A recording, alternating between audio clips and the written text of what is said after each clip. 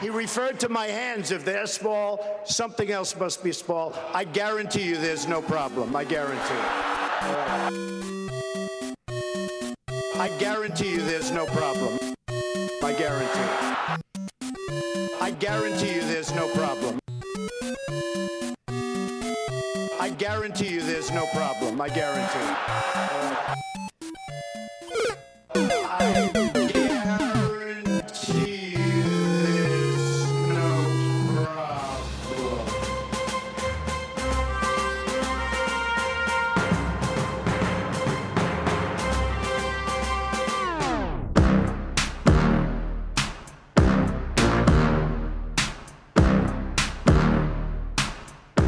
What's up, Pisstown pals? This is that SentinelCast number 80.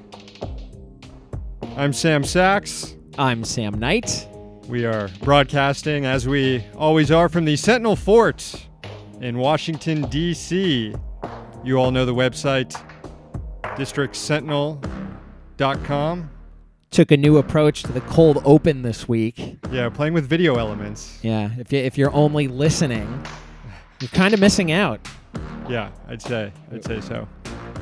Thank you for watching, those of you who are. Thank you for subscribing. This is a show we make exclusively for you. And coming up, we've got journalist Luke O'Neill, who exposed some financial predators trying to steal money from freelancers, as if their life isn't tough enough. And it wouldn't be the end of the week if we didn't throw someone in the garbage can. That's and true. It wouldn't be the garbage can this week if we didn't nominate shithead defenders of Brett Kavanaugh. That's coming up later in the show. Oh, we've got a lot of them. Yep, all of that coming up. But first, folks, it's time to dole out some justice. It's time for guilty or innocent.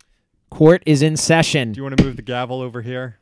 Just so it's on display. So it is on prominently. display. So it's prominently on display here. It's hidden behind my news computer right now for our fancy viewers. All right, let's see. First on the docket, folks, we've got the Cleveland Browns picking up their first win last night. They haven't won in about 630 days. It is the NFL, which is naturally guilty, but I'm rooting for the Browns here. I think the Browns are going to make the playoffs at 9-6-1. I'm going innocent. I'm also going to say innocent. Evidently, the city of Cleveland won a bunch of free beer last night. Yeah. So, fuck, innocent. Definitely innocent. Next up here on the docket, we've got alcohol. According to the World Health Organization, 1 in 20 deaths worldwide attributed to alcohol.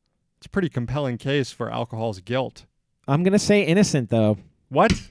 No, I'm saying guilty. I'd say of innocent. All the drugs, alcohol is probably the worst. One of the worst. Look, alcohol. I'm throwing in heroin and stuff in that shit, alcohol too. is bad for you, and a lot of shitheads really like it. But guess what? Alcohol actually, it's good. Says from someone who has experience with it, I'm guessing. Yeah. Weekly? Yes. I'm not shaming you. I'm just Does your saying. ass not smell? I mean, I've cut my drinking down to like once a month, so. Once a month. Once a month. Shower praise on me. Praise me. Alcohol guilty. Alcohol innocent. Overruled. Fine. Hung jury. No, not hung jury. Overruled. Why? You have the gavel? Yeah. Alcohol innocent. All right.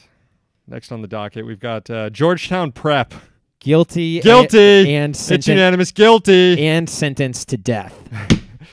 Joe Biden, he's being trotted out a lot now that we have another accuser against the Supreme Court nominee. It brings back memories of Anita Hill. Guilty. Joe Biden, guilty. Always easy to deal with that. Let's see. Next up,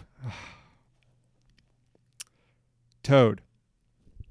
Toad is on the docket. Guilty or innocent? I'm going to say innocent. Why the hell? Of course. What did Toad do? Is innocent. What Toad did Toad do anything. We're going to throw Goomba in there, too. Goomba's innocent. Goomba and Toad, innocent. Innocent. Finally, Stormy Daniels, who dragged Toad into all this mess. We found Stormy Daniels innocent in the past. I think we're having a change of heart. I think so, too. We're not going to slut shame anybody on this show. We're not going to kink shame.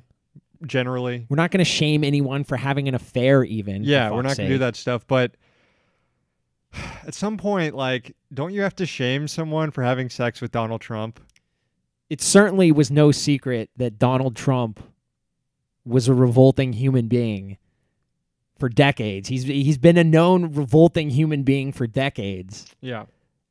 I think it's pretty revolting entering into a romantic relationship with that man. So, Stormy Daniels for doing the thing with Donald Trump and for dragging Toad into all of this. You're guilty.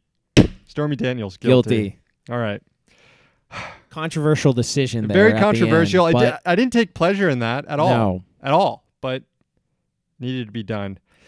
I think though you said you wanted a hung jury on alcohol. Yeah. It's not gonna fly. No. But our listeners and our viewers will note we doled out a death sentence to Georgetown Prep. Yeah, we did. Which is, as we are seeing in the news, full of abusive people who binge drink alcohol and use it to abuse their own privilege and their own untouchability. Yeah, I'd say we came to the right verdict. It was easy. We didn't waste any sleep over that one like we did with the Stormy Daniels one later. All right, should we get on to that interview? Yeah, let's do it. That's your cue, right? That is my cue to introduce the interview this week. It's freelance journalist Luke O'Neill. Luke blew the lid off a sketchy electronic payment company in reporting that he published on his newsletter, Welcome to Hell World. Yesterday, Luke joined us to discuss WorkMarket, fast funds, and how freelancers commissioned by major publications have been getting the screw. Luke, you're familiar with the struggle of being a freelance journalist, and you recently published a report about a new predatory force entering the industry to turn it even more into a hell industry. You've likened them to payday lenders. Break down what's going on here. So the company in question I wrote about is called WorkMarket, and it's a subsidiary of ADP, which is one of these massive human resource corporations. You know, they do like something like $15 billion in revenue a year. And they acquired this company, WorkMarket, about a year ago or so. And they're one of these, disrupting the payment industry type of thing. So what they do is they make it easier for companies who they do both, employee salary, accounts payable stuff, but they also handle a lot of freelancers. And, as I'm sure you guys and most of your listeners know, many media companies are relying more frequently on freelancers now, in part because, they don't want to pay anyone benefits. And also, if you keep our labor, in a precarious situation, it's just sort of better for your bottom line.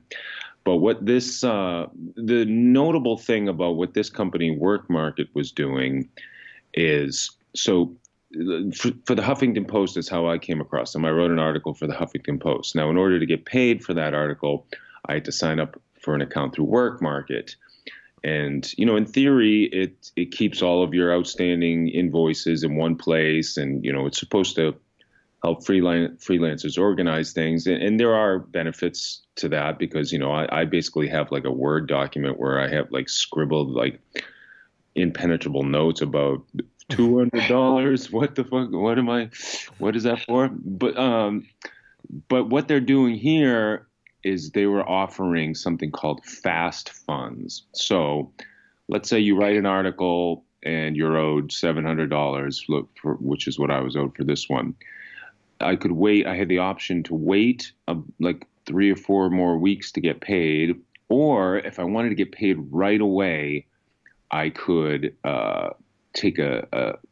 pay a fee to get my own money. So in this case, that would have been $52.50 out of $700, which is like 7.5 or 8%, which is pretty steep. Am I right? Am I wrong? Well, no, that's steep. Love getting my fast funds through the work market, or as it used to be known, getting paid on time. It's like a solid eighth right there. Yes, it is. It's one or two decent meals, or a lot of that's shitty like meals. It's like two Red Lobster meals, or that's like 5 Popeyes meals. Right, $52 is that's a decent amount of money, and particularly for people who are freelancing, who are struggling and things like that. I happen to be fortunate at the moment in that I was not in desperate need of that $700 right away, so I could wait, right? But as you can easily imagine, there are plenty of people out there who are in much shittier situations than I'm lucky enough to be in, where they get their rent coming up, or bills are overdue, and so what they're essentially doing is they're dangling this sort of fucked up devil's bargain in front of you, like, we know you have bills, wouldn't you like to be able to pay them? Just pay us to get your money. Yeah. And one of the people you mentioned in your post on this is someone who went to Standing Rock, was it? And basically was on the front lines there, and their thanks for that is having to take a huge cut of their paycheck. Right. That's another writer for the Huffington Post, and he I think his fee was $400, and he ended up taking the cut.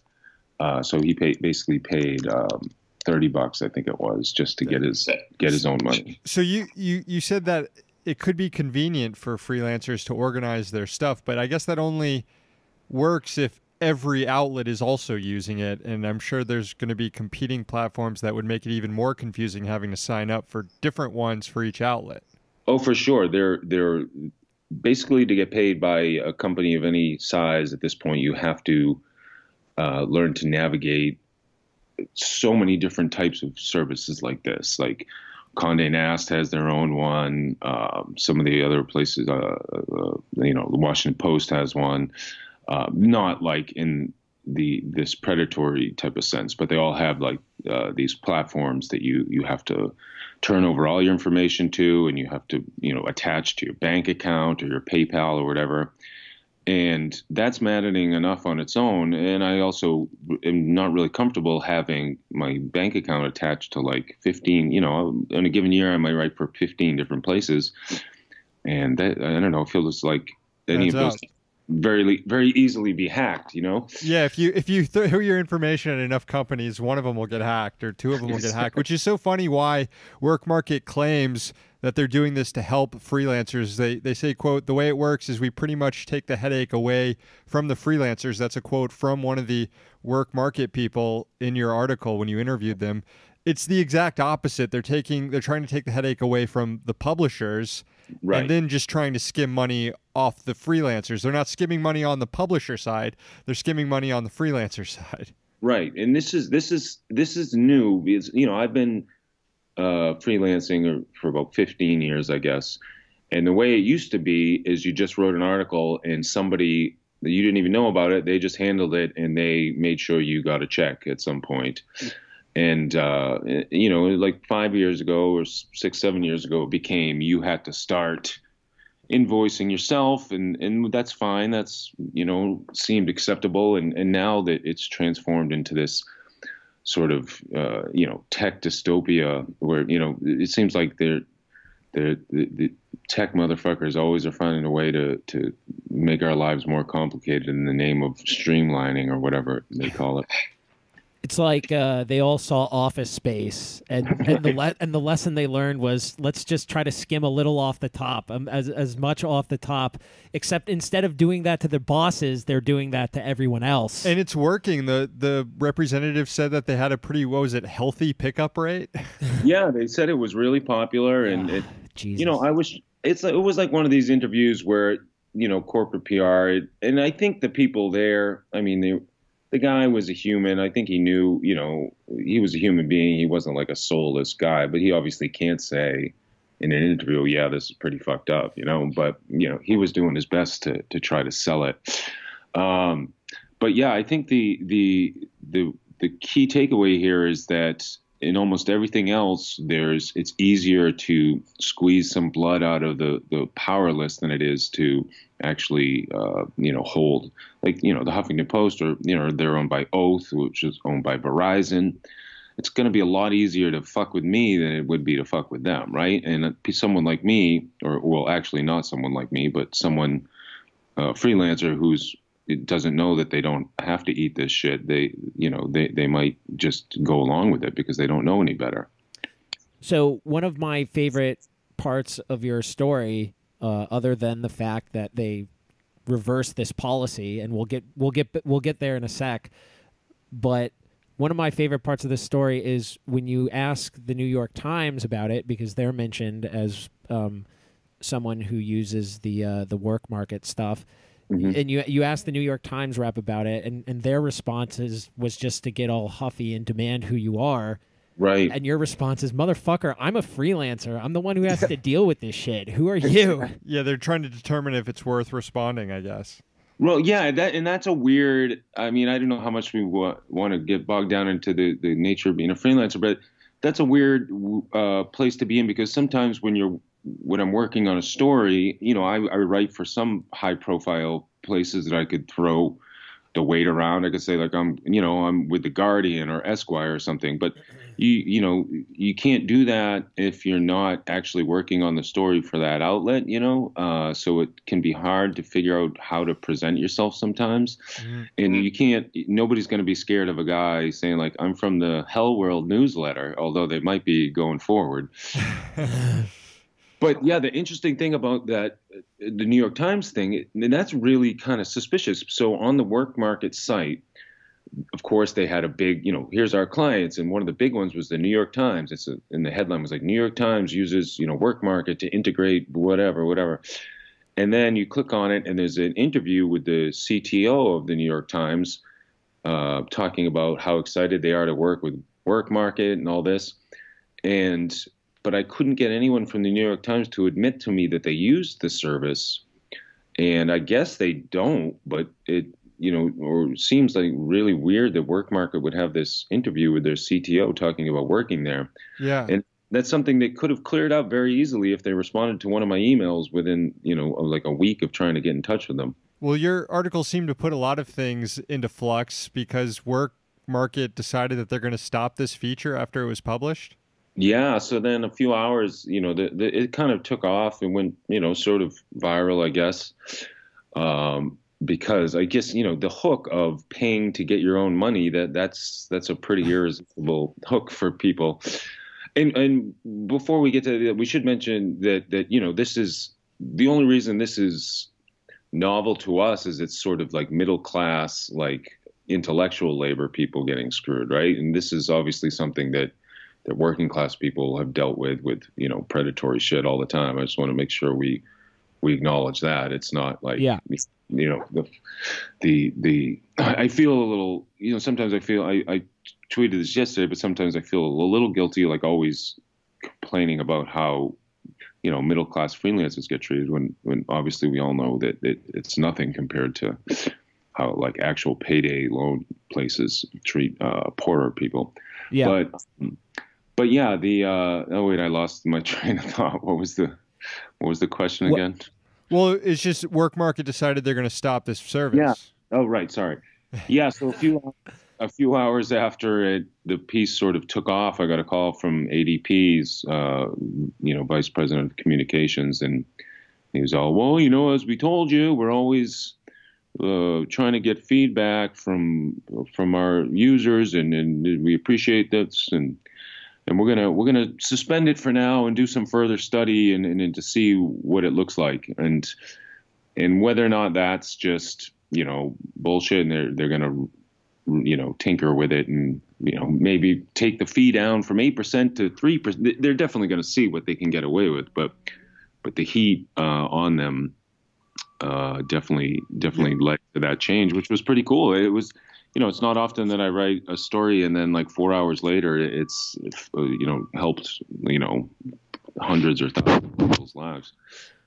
And you printed the transcript, or maybe an edited version of the transcript, where you talked to the guy, and your last question was, how is this not predatory? And Right. and you had calculated the annual interest at Right. at a very high amount. It was I don't know. It was a very good result, and I see why, I guess you could describe this person on the other end as not human. That said, let's see how long this new policy is in place. I'm also curious if when they say they're suspending the policy, does that mean they're no longer going to give people access to their money on a timely manner, or that they still are, but they're going to remove the cut that they take from it? Well, no, what I take it to mean is that you'll just, you write for whoever, the Huffington Post, they pay within 21 days, but most places are either 30 or 60 days. Yeah. So I took it to mean, I'll upload my invoice to WorkMarket and then just have to wait the typical 30 or 60 days. So they're just taking away they're not gonna front the money if they're not getting a cut out of it. You know what I mean? So it's just back to business as usual. It still sucks. It's just that this weird sort of, ironic hell sort of option has been disabled for now. Well, it's funny because Venmo and PayPal take a 25-cent cut for an immediate transfer into your bank account. And I still feel like I'm getting hosed, but I sort of shrug it off because it's like, whatever, it's just 25 cents. Yeah. And it seems like these people got insanely greedy and probably could have gotten away with this if they had just done it at a much lower amount. But it also kind of sounds, it sounds to me a little of dubious legality, like maybe not so much on WorkMarket's place, but on like the Huffington Post. Like they've promised you a certain amount for a service, right? And then they're pigeonholing you. They're like basically shoving you into this predator. Yeah, into this predatory, as you described it, a payday loan, but on the front end of the transaction. Right. Like, did any lawyers DM you to be like, "Yo, this I want to look more into this"? Did you? Yeah, a couple people have, and I didn't look too much into the legality of it because, as I said, like this, I was just kind of doing this for free, and I was like, I like to try to do a really good job on my newsletter, but I'm also not going to spend 10 hours, reading legal documents and shit either for it. Right. There's a certain amount of work I'll do for free, but that is definitely something that I think that lawyers need to look into, especially considering the passage of the Freelance Isn't Free Act in New York. I think it was last year that's attempting to button up some of the ways that freelancers get taken advantage of, but that would be, I'm a brain moron. I don't know about the law. You went over earlier in the interview kind of the transition away, how it used to be easy to get paid. You wrote the article, someone handled the payment inside the publishing office or whatever. Ultimately, this comes down to, we've seen outlets prioritize paying their freelancers lower and lower and lower. Right. So it's a story, and you see various people on Twitter mostly posting about outlets that they haven't been paid by. I guess your article shows, I don't imagine freelancers being able to organize in a way that can change this. So I guess your article shows that probably the best strategy is just to name and shame these outlets that do this. Well, this is something that we didn't even touch on. The ironic thing was the article I wrote in the first place for the Huffington Post was about how Brooklyn Magazine hadn't been paying any of their freelancers for years. So it's like, concentric circles of fucking people over. And that's another issue. There is such a thing as the freelancers union, but I'm not involved with them, and I don't really, I support everything that they do, but I'm skeptical that they can, it's not at a point where any sort of freelancers group can exert enough pressure on these media outlets to actually do anything. And another issue, because we're, freelancers are sort of unmoored and all on our own here, is that if you become a big pain in the ass, you can just not get work again. And there's you don't have to, it's not like being fired where you can, like sue or say you were fired for no cause or something. They can just like stop taking your pitches just because you annoyed them. And there's literally nothing you can do about that, And I struggled with that for a long time, because it's hard to make a living. But I guess I've sort of decided in the past few years that if I have this sort of, fairly big platform on Twitter, and I'm going to use it to call the motherfuckers out when they need to be called out. And if they don't want to work with me again, fuck you. You're probably going to be out of business next year anyways. Maybe this is that is an upshot, though, because every fucking print media company is like, you feel like they're one quarterly report away from being like, oh, geez, we got to pull all the copper wiring out of this motherfucker.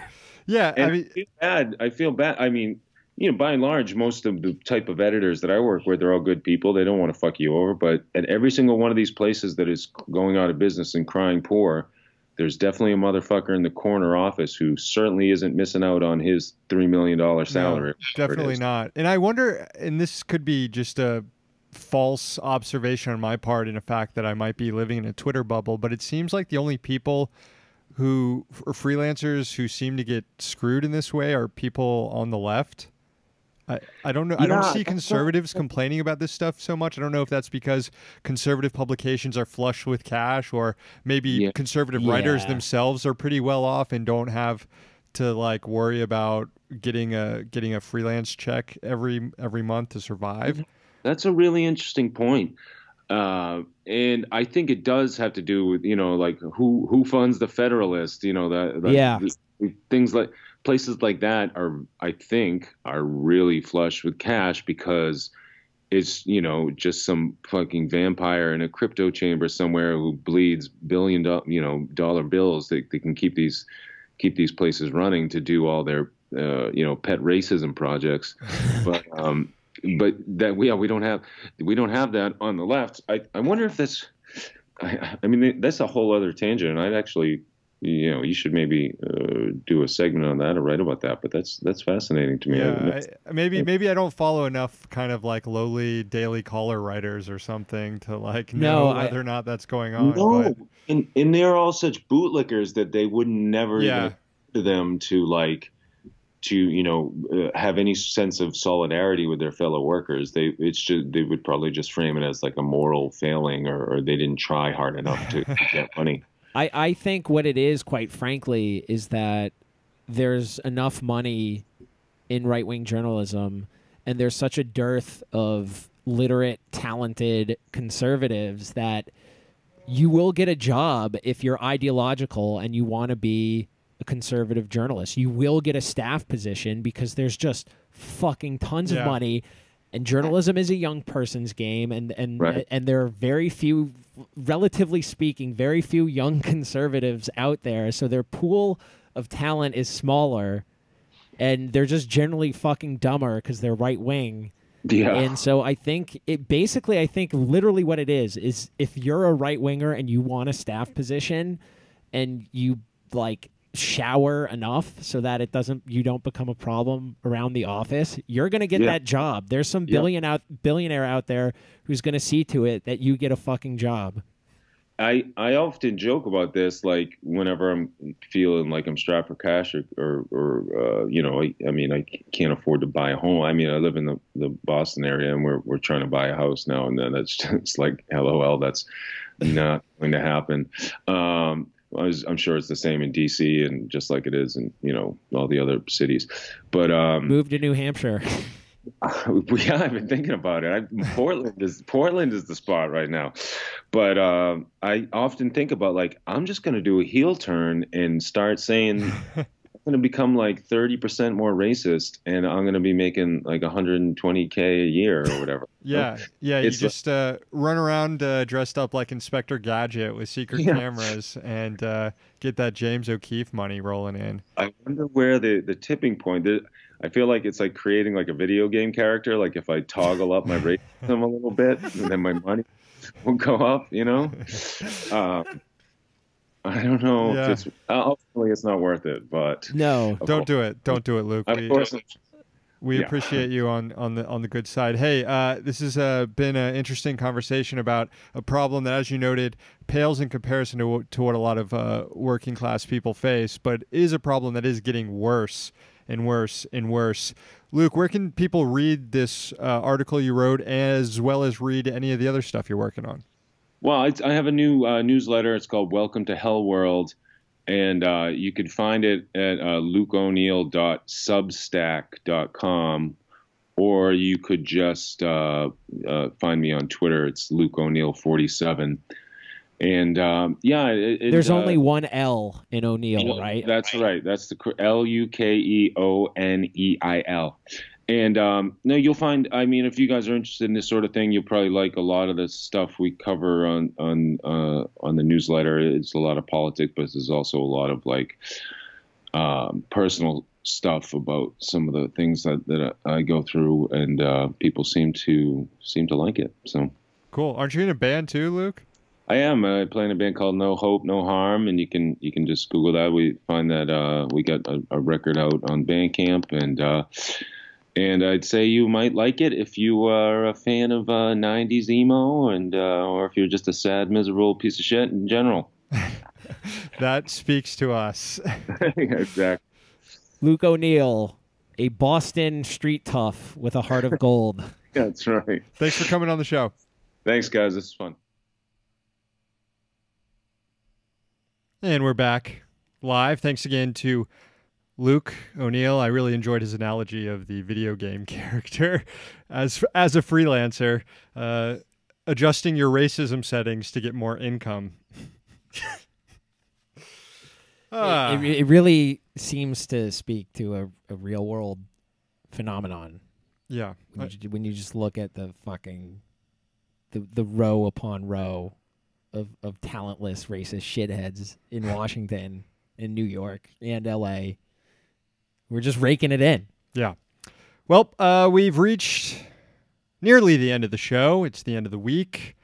One thing left to do. What do we got? We got some comments. Oh, some comments on here. the chat. Oh, but I know where you're going. I know, but I'm right there with you. Let's take some comments first. Let's take some comments on the chat. We have some comments about guilty or innocent. Mad Dog says the Browns equal guilty.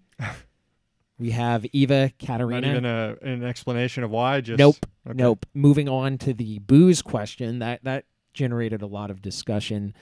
Eva Katerina says wine is guilty. Mad Dog says beer and wine guilty. Basement hooch innocent. Then we have Christopher saying whiskey is innocent. Moving on to the Toad Goomba thing at the start of the show. Christopher says Toad is a Goomba with a costume of human flesh. Interesting theory, if true. That is. And Eva Katerina says mistaken identity, probably Goomba. And finally, on the Luke interview, we have our very own Luke in the chat room saying that the interview hit home. His freelance status, his job status means that interview really resonated with him. Right. He says he was owed $4,000, billed for 80 hours of work, and the guy who contracted him only honored 40 hours. Oh. So doing the math, Sucks, Luke. our Sorry sweet to hear boy that. Luke was ripped off of $2,000.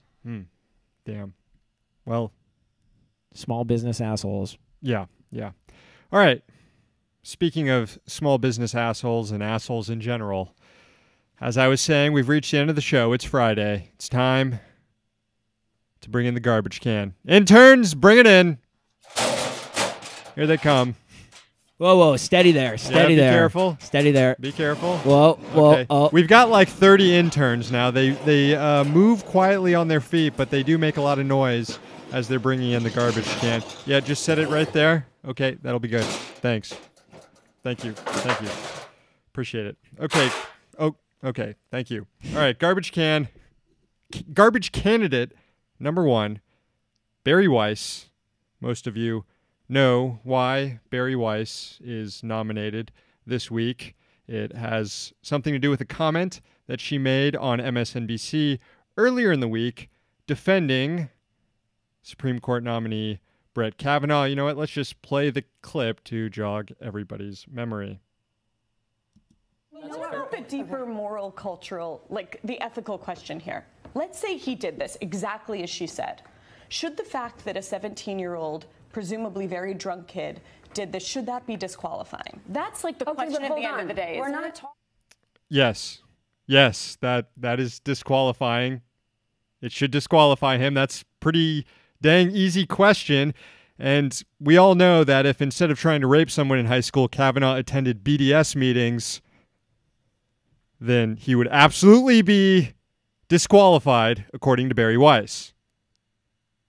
Weiss's reasoning here is stupid on all sorts of levels. If she wants to believe Ford's accusations, which she does say in that clip, then she also must believe that Kavanaugh has been lying about them and yet still think he should be on the Supreme Court. So for twisting herself into knots to defend a conservative Supreme Court nominee, including defending teenage sexual assault and decades of lying about it, Barry Weiss has made a pretty good case for herself to be thrown in the garbage can.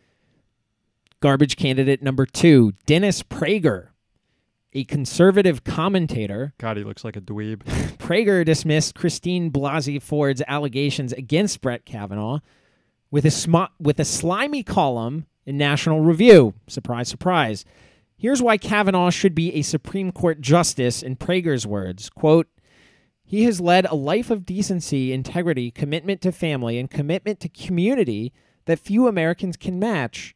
On these grounds alone, on these grounds alone, the charges against him as a teenager should be ignored. End of quote. Prager then asks, why is this charge taken seriously? I don't know, Dennis. Maybe because it's an attempted rape charge, you malty milkshake fuck. What if Kavanaugh tried stabbing a girl as a teenager instead? What if he took a shot at her with a gun and missed? Would that disqualify him from the Supreme Court? Of course it would. Of course it fucking would. It's also not just a matter of what Kavanaugh did when he was 17, by the way, as Sam Sachs noted just a few moments ago. Kavanaugh's repeatedly lied if what Ford has said is true. The judge isn't saying, I don't recall the incident in question, or I can't recall the incident in question, which would actually be believable considering his lifelong fondness for hard boozing. Kavanaugh is calling Ford a liar. If what she says is true, and it sure fucking sounds like it, Kavanaugh is lying to members of Congress during his own confirmation process. It makes Bill Clinton look like an honorable man, a victor of a truth-telling contest 2 towns over. And here's what Prager had to say about the Clinton-Monica Lewinsky scandal, by the way. Quote, it was his lying under oath while president that brought on the impeachment trial. Many decent people thought that was impeachable. I guess lying about an attempted rape is okay, according to Prager, as long as you're a conservative. It's fine. We're nominating this obscene, self-righteous piece of shit to the garbage can. And you know what? We're also nominating the National Review, too. NRO, you're also nominated. Good. Garbage candidate number 3, Kavanaugh doppelganger theory pushers. Washington Post columnist Kathleen Parker first proposed the idea that it was someone who looked like Kavanaugh who assaulted Christine Blasey Ford at that high school party more than 30 years ago. It was pushed then by conservative dweeb and blogger Ed Whalen on Twitter, who in a tweet thread accused some other guy of sexual assault. Whalen then realized he might get sued by that guy, so he issued an apology via tweet saying, I made an appalling and inexcusable mistake of judgment in posting the tweet thread in a way that identified Kavanaugh's Georgetown prep classmate. I take full responsibility for that mistake, and I deeply apologize for it. I realize that does not undo the mistake. Whalen went on to delete the tweet thread, but not before Eric Erickson read that tweet thread Eric Erickson, possibly the dumbest person on the planet, definitely in the running for it. Erickson read the tweet thread and wrote an article about it, like Whalen's tweet storm. Erickson goes on to suggest that some totally innocent guy may have committed that assault just because he looks like Kavanaugh. So basically, to protect their creep Supreme Court nominee, conservative bloggers are willing to not just call sexual assault survivors liars, they're happy to do that, but also they're willing to libel someone else as a potential abuser. We should put all these clowns in the garbage can before they get themselves sued. I don't know if you've ever looked at a prep school yearbook, by the way, but half those motherfuckers look the same. Yeah. He could have probably picked 19 other guys who looked like Brett Kavanaugh in his class. And by the way, the Post reached out to Ford about the theory, and she's like, no. No, I know absolutely who both those not. people were, and yes. I was not confused. All right, moving on to garbage candidate number 4, Phil Mendelssohn. The voters of Washington, D.C. want stronger minimum wage laws. Earlier this year, they comfortably passed Initiative 77, banning the tipped minimum wage in a 56-44 vote. Now, a majority of D.C. City Council members are trying to repeal the law, and they're being led by Council Chair Phil Mendelssohn, this current garbage can nominee under consideration. Now, as we have noted on the show, the reasons for passing 77 are manifold. Numerous states have banned the tip minimum wage. Their workers' income went up with no increase in unemployment. As we have also noted, opponents of 77 have lied repeatedly using classic dirty managerial tactics.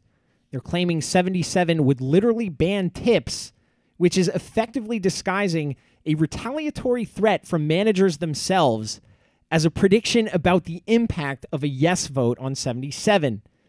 It's depressingly similar to how union-busting scum have been operating for decades, and unsurprisingly, this campaign, despite its best efforts to portray it as otherwise, it's organized by lobbyists, the Restaurant Association of Metro Washington.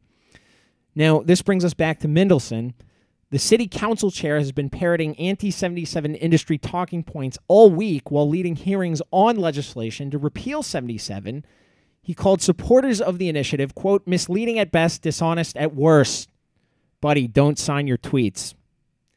Fortunately, Public Citizen shed some light on why Mendelssohn is doing this. The restaurant industry has given city council members over $230,000 this year alone. Mendelssohn has taken $31,500 in campaign donations from restaurants and business developers who oppose 77. That's why the city council hates 77. They're getting money. And that's why Mendelssohn is leading the charge. He's a management toady. He's a lobbyist water boy. And this week, Phil Mendelssohn gets a deserved nomination. Deserved for the garbage can. Strong case there you made for Mr. Mendelssohn. Garbage candidate Thank number you. 5, James O'Keefe. Con artist and Inspector Gadget-looking motherfucker James O'Keefe has a new undercover video series out purportedly exposing the deep state. Instead, though, it doxes low-level government employees who happen to also be involved in Democratic Socialists of America. This is not a piece of journalism. It's not advocacy or anything. It's merely an attempt by very well-funded right-wing agitators to intimidate leftists. And the only reason why people are taking O'Keefe's videos seriously, despite them being giant nothing burgers, or despite them being edited in certain ways, or despite him working for the police, it's all because O'Keefe's Fox News and conservative talk radio audience is comprised of the dumbest fucking people on the planet.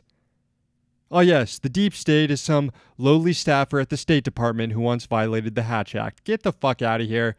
The silly shit has James O'Keefe nominated for the garbage can. As you mentioned, the greater irony of this whole thing, and it's something I believe we've discussed in past interviews, is that Project Veritas worked with the D.C. Police Department to try to fucking pin some charges on J20 protesters, and now James O'Keefe is running around talking about the deep state, being like fucking GAO analyst. Get the fuck out of here. Piece of fucking shit. Garbage candidate number 6, Senate Democrats. Le plus ça change. Senate Democrats get the nod this week because every single one of them voted for a massive military spending bill. Passed earlier this week by the Senate, the legislation would give $607 billion to the Pentagon. That's a $17 billion increase, according to Erica Werner of the Washington Post. As noted on Twitter by Werner's colleague, Jeff Stein, this is the biggest base budget for the military since the height of the Iraq War. And every single Democrat voted for it. There were 7 noes. That's 6 Republicans and Bernie Sanders.